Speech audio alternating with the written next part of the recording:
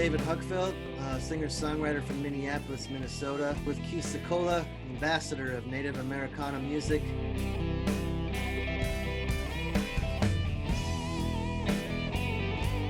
Concept is if you put your ear to a seashell, you hear the ocean. Yeah. But if you put your ear to an old transistor radio, you'll hear Native Americana. Let me see what I got.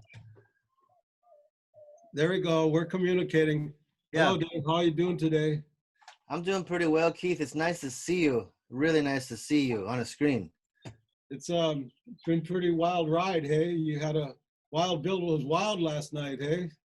Yeah, our little son Billy last night. I think we did an online concert. I think he got a little worked up. I think he really likes Eric Koskinen's music, so he wouldn't go to sleep last night. I think he was singing in his head. We love to hear that. Well, I'm going to tune this radio in and put it down, and so we're going to broadcast here. That sounds great. So, Dave, how give our listeners an update now, where you're at, who you are, etc. Yeah, I'm a singer songwriter in Minneapolis. I started a band called the Pines about 14 years ago, and we toured all over the country and part of the world. And then just recently we've decided to take a break, and I have begun doing solo records, writing and releasing some of the songs of my own.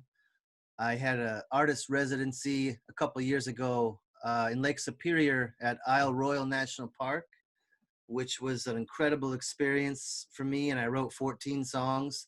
That was my first solo record, and a lot has happened since then, including we just had a baby. Actually, March 26th, our son Billy was born here in Minneapolis in the midst of the quarantine and the midst of the virus. We protected him, and the help of spirits, we got him home safely. And it's been wonderful and scary a little bit to have a child at this time. In the meantime, I'm trying to keep the music and the lights on and the hope on. So I'm working on my second record, which I recorded with none other than Mr. Keith Secola down in Tucson. And we just released the first single, Keith's beautiful song, Book of Life, has been playing on the radio every day here in Minneapolis. So I'm pretty grateful to be healthy enough to keep working and trying to put positive music out into the world now for my whole family. Dave, if you got a guitar there, yeah, let's try. I'll do the first verse of Book of Life in A.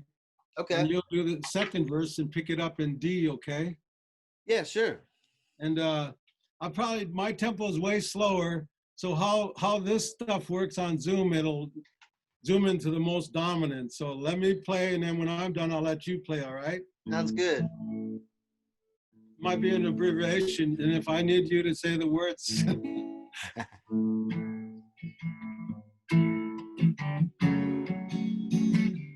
This is for little Billy.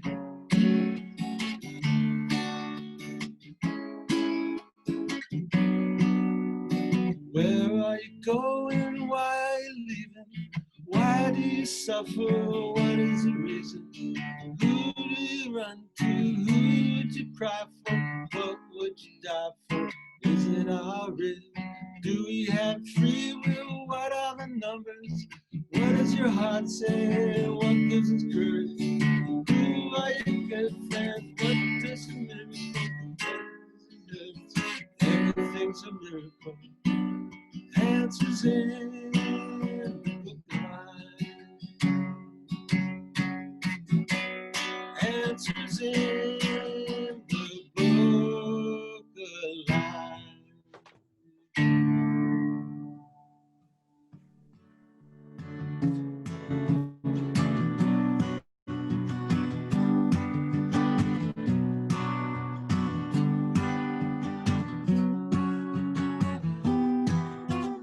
Who are your neighbors? What will your friends say? Who is the kindest? What makes makes you proudest? What makes us good friends? Why am I different? Why do I struggle? Why do I hurt? Everybody's worried. Why do we promise existence? Why does it matter? Who should I stand by? Seeds of the future, rise of humanity. Everything is sacred. Answers in the book of life. Answers in the book of life. Yeah. I'm not sure how that's going to come out, but I think that'll be pretty cool. So that's good that the people are learning about the song and the lyrics. And I think you really take a hold of the lyrics and you make it your song, you know, your cover. That's what I love about it. Tell us about it. I mean, that song from the very first time I heard it, when you sent it to me on a little demo, it's just one of those songs that just knocks you flat on the floor. And I think what you do better than almost anybody is you have this balance of resilience and vulnerability. You know, there's great strength I find in your songs, and especially in your performances and how you carry yourself. But it's never a brute strength like an edgy get away from me thing. It's always a vulnerable thing, and you make everybody around you feel comfortable to be themselves, and that's a special gift. So I've sent the Book of Life to almost everyone I love in my family, like your version of it, you know, just to say, hey, listen to this.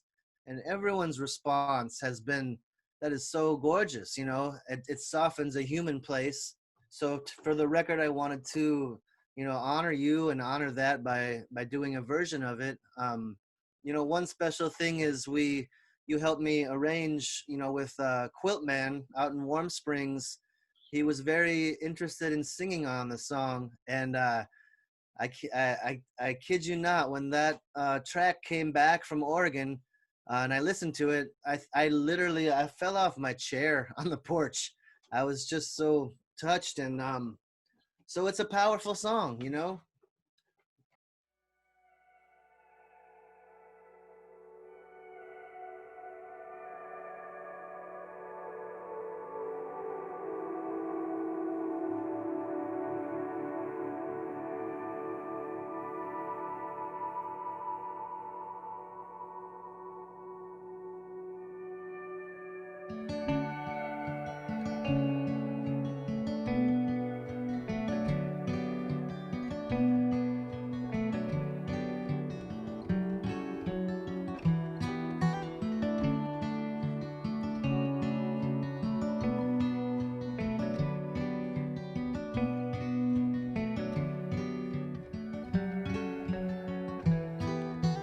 Where are we going? Why are we leaving? Why do we suffer? What is the meaning? How do we live by? Who would you die for? What would you cry for? Is it all real?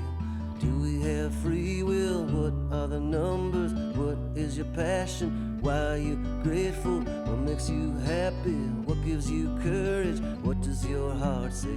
Everything's a miracle. Answers in the book of life. Answers in the book of life.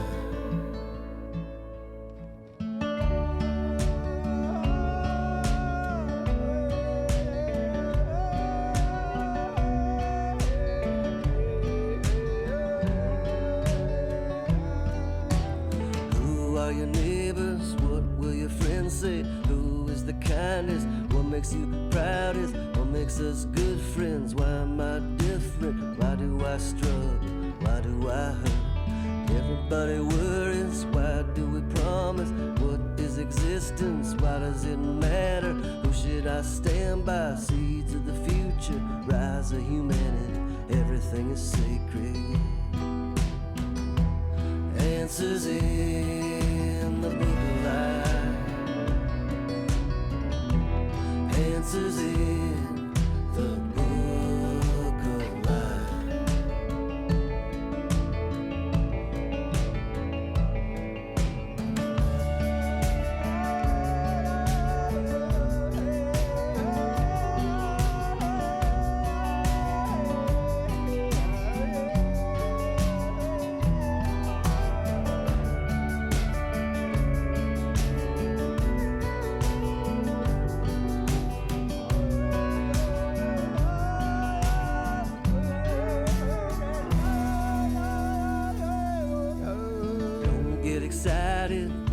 conscientious? Who do I run to? What do I stand for? Who should I play for? What should I pay for? What makes it all worthwhile? How do I see? How do I hear it? How do I move it? When I get near it, how do I get through it? Everything's amazing, everything's wonderful. Life's full of sadness, love is the answer. Answers in the book of life. Answers in the book of life. Answers in the book of life. Answers in the book of life.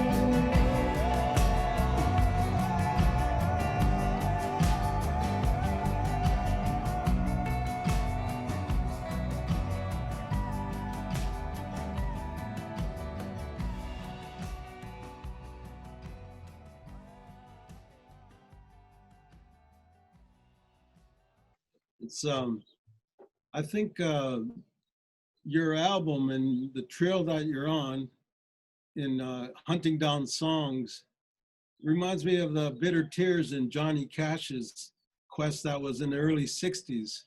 You kind of taken up that flame a little bit. You know a little bit about that album, don't you, David? Yeah, I love that album for a lot of reasons, but you know, one of them is because at the height of his popularity, you know, Johnny Cash did something meaningful that was not very popular. You know, the country radio stations wouldn't play the record. They didn't understand why he was lifting up indigenous issues, and his response was to double down. You know, he wrote a big letter to Billboard magazine. He said, "Where are your guts?" You know, he's talking about Peter Lafarge and some treaty rights coast to coast that were being completely trampled. And he said, you know, where's your spine? Play this music. This is important music. Peter Lafarge is an important songwriter, and that kind of artistry is so inspiring. There's a Buddy Redbow song on this record. I've been listening to Buddy Redbow from Pine Ridge, South Dakota since I was a kid. My uncle played me his songs, and I just think that there's no voice like it. You know, we were talking on the phone yesterday about reservation radio stations and how when you're driving through, you might hear music that you will not hear anywhere else in the country. And it's so good. I love it, you know? You were part of the music series up there at Net Lake too. They have a music fest series, kind of bringing the Pines and David's music back to the res. That was great to have you, I remember. We had a wonderful time. I remember we played two powwows in one day this couple summers ago, and I remember too just a hot day, and it seemed like didn't know if anybody was going to come listen. And as soon as you started your set, people just began pouring out of the gymnasium, and pretty soon there was a big circle dance of people holding hands in front of the stage. It was one of the most beautiful things I've ever seen. That's a beautiful music series. Some of the other songs on the album that you recorded, one that we like a lot is Patti Smith's song, Ghost Dance. Yeah, that was, I mean, once again, you brought that song to my attention, and it was, I think the way that you stay in the moment, you know, musically and creatively is, I think you have you're open to a lot of new ideas. So when you said to me, hey, maybe we should do a version of this song, you know, that stuck in my mind. And since we were all together in Tucson, we got a chance to just dive into that and when you try on somebody else's song, it's like trying on their clothes, you know? Sometimes it doesn't fit exactly and you have to kind of stretch it up over here or down here. But you can tell when you're in the right spirit. And I think the version we did is really cool. I hope Patti Smith gets to hear it someday. We have to send her a copy. We will. Yeah. So, how are you coping now in Minneapolis? I know with your son being born, and just how you coping with your mind. Are you creative? Or have you, you know, I know you've been doing some wonderful things. Maybe tell us a little bit. Well, to tell you the truth, I mean, to be honest, I'm a little unbalanced right now. Um, I feel angry at what's going on in the country. You know, I think when it was just me before I had Billy, I felt like I could kind of handle whatever comes up and just take care of myself and my partner. But now that there's a little boy here, I'm really angry that um, that as we as people have given up so much control and power to some very dishonest, greedy leadership in this country. And so I balance a lot of anger um, with trying to remain hopeful and creative and connected, because that helps me get through. You know, I think I've been a little depressed at times that no one can come over and meet uh, their grandson. My parents can't come over. No one can come by, and I understand it's, you know, partly it's nature and it's a virus and it's out of our control, but it's always the marginal creatures that get hit the hardest, you know, and this president makes sure of that. So um, with my friends, people like yourself, Annie Humphrey, Quiltman, all my musician friends, Dave Simonet, Eric Koskinen, they've been so helpful during this time. They're getting us through, you know, that are sending little gifts and food and songs. And that is what's making it so possible to be to be okay, you know. Yeah, I mean, how are you coping, Keith? How are you doing down there? I think I've been like getting into this project has helped me a lot, you know, like to kind of want to play my guitar again. And I got my calluses like, whoa, I got to work on them again in six strings. But we interviewed a great artist last night, Leonard Sumner from Winnipeg, Canada, who just had an infant too during the same kind. And I sang him this song. I think I sang it for you before. The first part is calm. The second part is when the baby wakes up, you know. Uh-huh. What does my baby need? What does my baby need? The world's on fire, but nothing transpires. What does my baby need? And then you go, and then the hectic part is Yeah, something that all new parents have to deal with. And that part can kind of get you a little bit rattled. yeah, it does. At the end of the nights, I was singing that little chorus around the house in quiet moments, but uh, when uh, when the hectic part comes up at 1 in the morning and I can't console him, everything gets really tense, you know. And it's you need. Sometimes I sing Billy, you know. I'll just sit down and kind of play.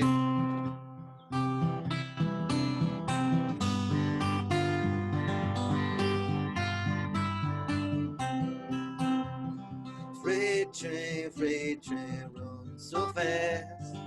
Freight train, run so fast. Please don't tell them what train I'm on, and they won't know which way I've gone. Songs like that to help him come back down to earth, you know? Dave, we've been doing this a while. I remember we recorded a session at the Coffee Grounds coffee shop in Minneapolis, and we recorded down in Tucson, where I've been able to interview you at length. And that'll be on our longer recordings. That'll be housed at KBFT Radio, the longer audio recordings. Um, and you played a song for me there back then that kind of defines a little bit of Native Americana, and it was a Woody Guthrie song, and we talked about the genre. Could you play that for us? Yeah, yeah. I've always loved this song. There's even Bob Dylan talks about, the great American songwriters, and Hank Williams and Woody Guthrie. They have different songs about the land, um, but Woody's tended to have a little more edge to them when it came to the collective experience. So this song called "Pastures of Plenty" is written in the Dust Bowl migration. Of Midwesterners out to California. It's just a haunting, powerful song. I'll give it a little bit. Well, it's a mighty hard road my poor hands have hold. 4 feet have traveled a hot, dusty road. Out of your dust bowl and westward we roll. Your deserts was hot and your mountains was cold. Well, I worked in your orchards of peaches and prunes. Slept on the ground neath the light of your moon. At the edge of your cities, you will see us, and then we come with the dust. We're gone with the wind. California, Arizona, oh, I made all your crops. Then it's north up to Oregon to harvest your hops. Grapes from your vine, pick the beets from the ground. And I'll sit on your table, your light, sparkling wine. And as always we ramble this river and I. All along your green valleys I will work till I die. And this land I'll defend with my life if need be. My pastures of plenty, it must always be free.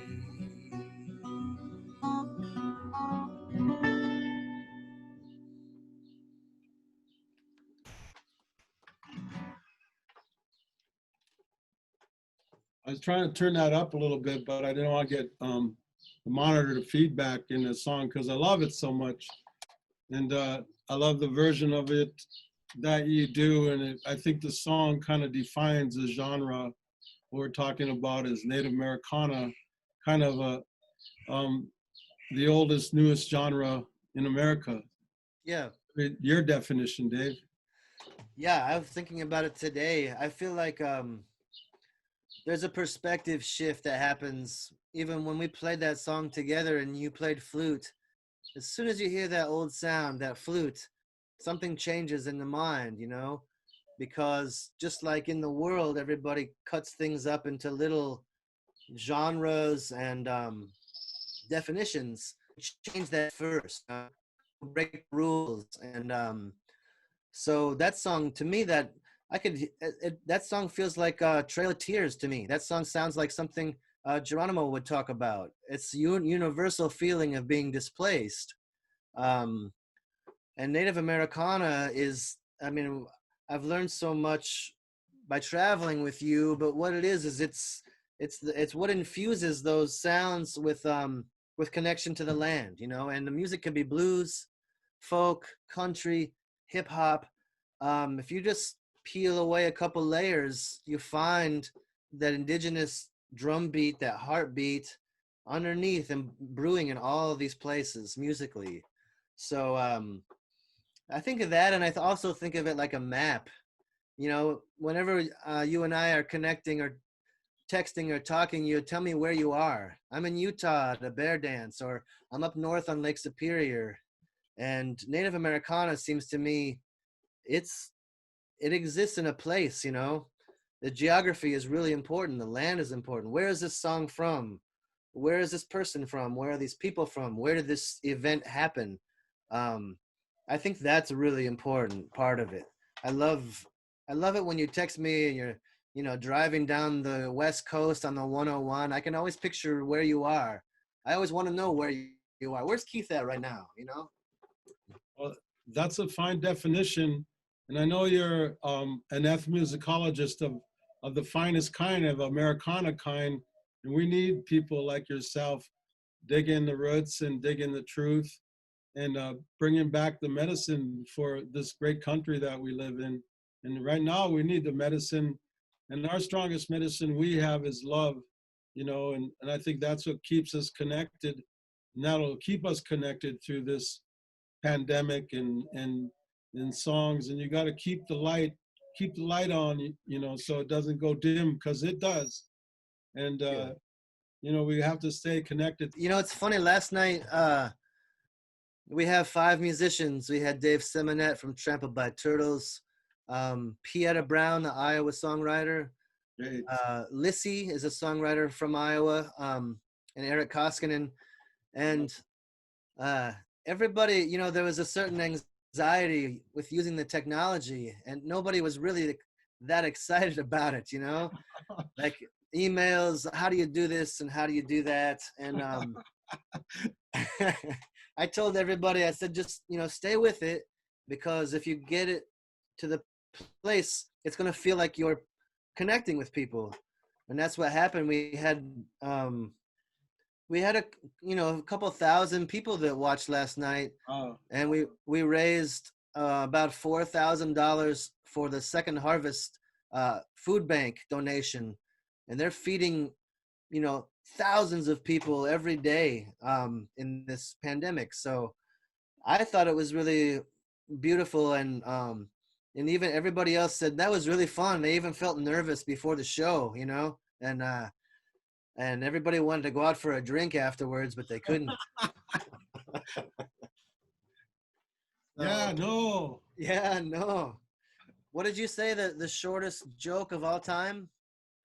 Three musicians walk by a bar. Never happens. The other joke is, hey, does this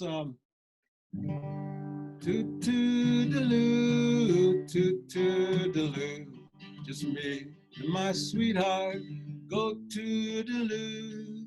Hey, does this bus go beep beep? No, it goes Toodaloo. Yeah, I think that reminds me of the other one too, which is the woman calls up the fire department and says, "Hey, please hurry up! There's a big fire here." And they said, "Well, how do we get there?" And she said, "Duh, big red truck." Miigwech, Dave, thanks for your verbal words and wisdom and sharing and sincerity today.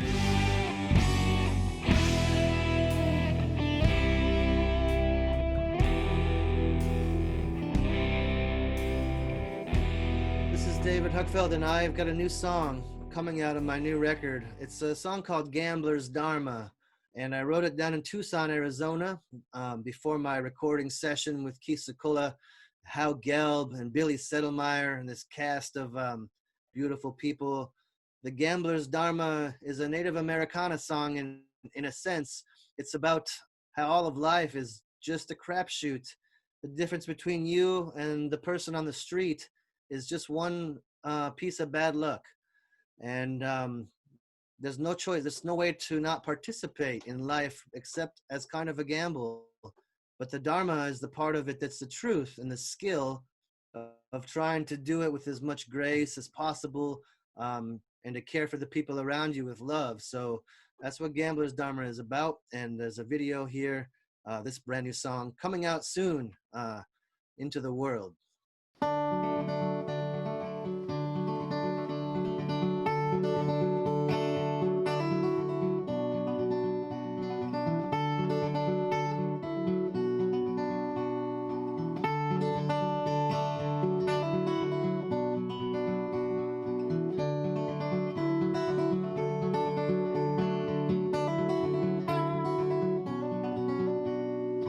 Out on Convent Street, broken window at my feet.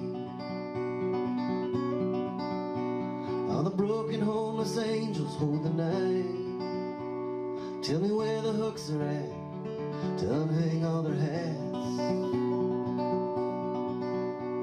Is the gambler's dharma hiding in plain sight?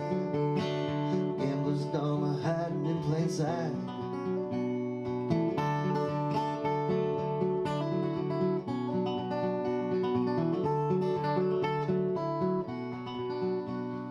Early in the morning, your medicine is strong. Four directions nail you to the dawn. Walk out of doors alone, your secret written on a stone. It's a short time here, but a very long time gone. Short time here, but a very long time gone.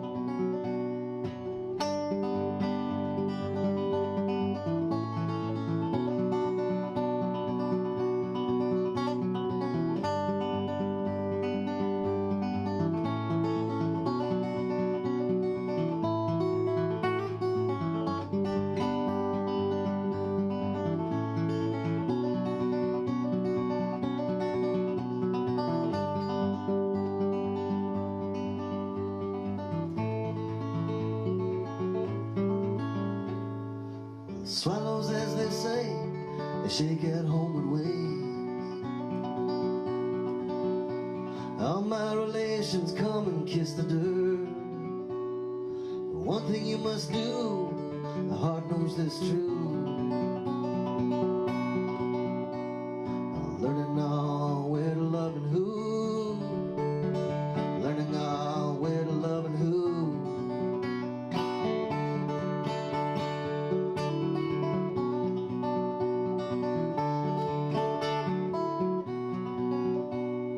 Concerning what may come, concerning what may go.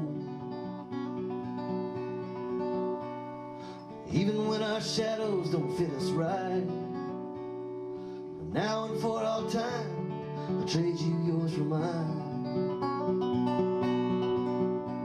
And I'll play my gambler's dawn, my hand with you.